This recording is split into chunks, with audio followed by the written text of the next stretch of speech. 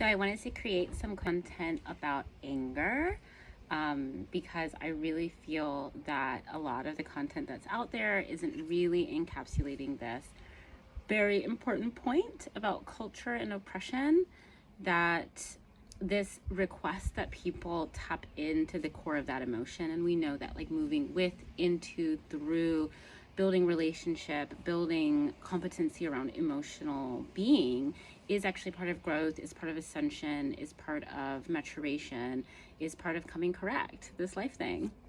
However, anger is a very specific emotion which has a lot more nuance when you consider paradigms of oppression. So a lot of people take the angry black woman trope, are over conditioned into stereotypes if they encapsulate expressions of it. Not to mention like moving through violent systems and violent institutions and the backlash that comes from honestly expressing that emotion makes it unsafe even when we're not little kids anymore. I think a lot of the content talks about, well, you're not a little kid anymore, so you're safe and it's okay to express your emotions. And this really does not honor and acknowledge that we live in violent systems that tend to, on the majority, zero in on or harm some people more than others based on identity.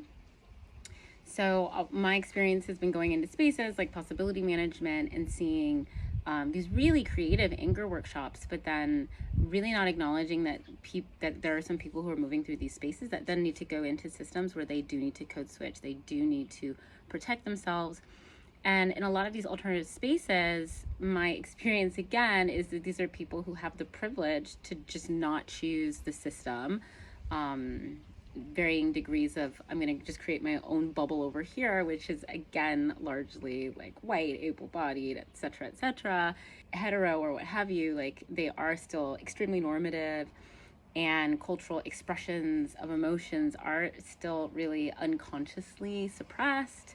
And yet they're like anger, it's a feeling and we should all be able to have it. And we do all have it. I would say that by and large, people of marginalization are angrier than most.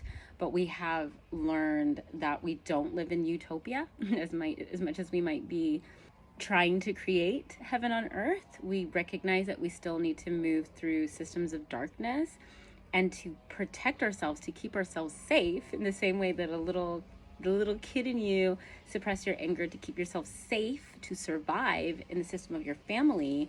People, for instance, people of color have to do a lot of suppression on anger to remain safe in systems of oppression in the world, the current father overlord. So I just wanted to add this piece and reiterate that, it's not so simple.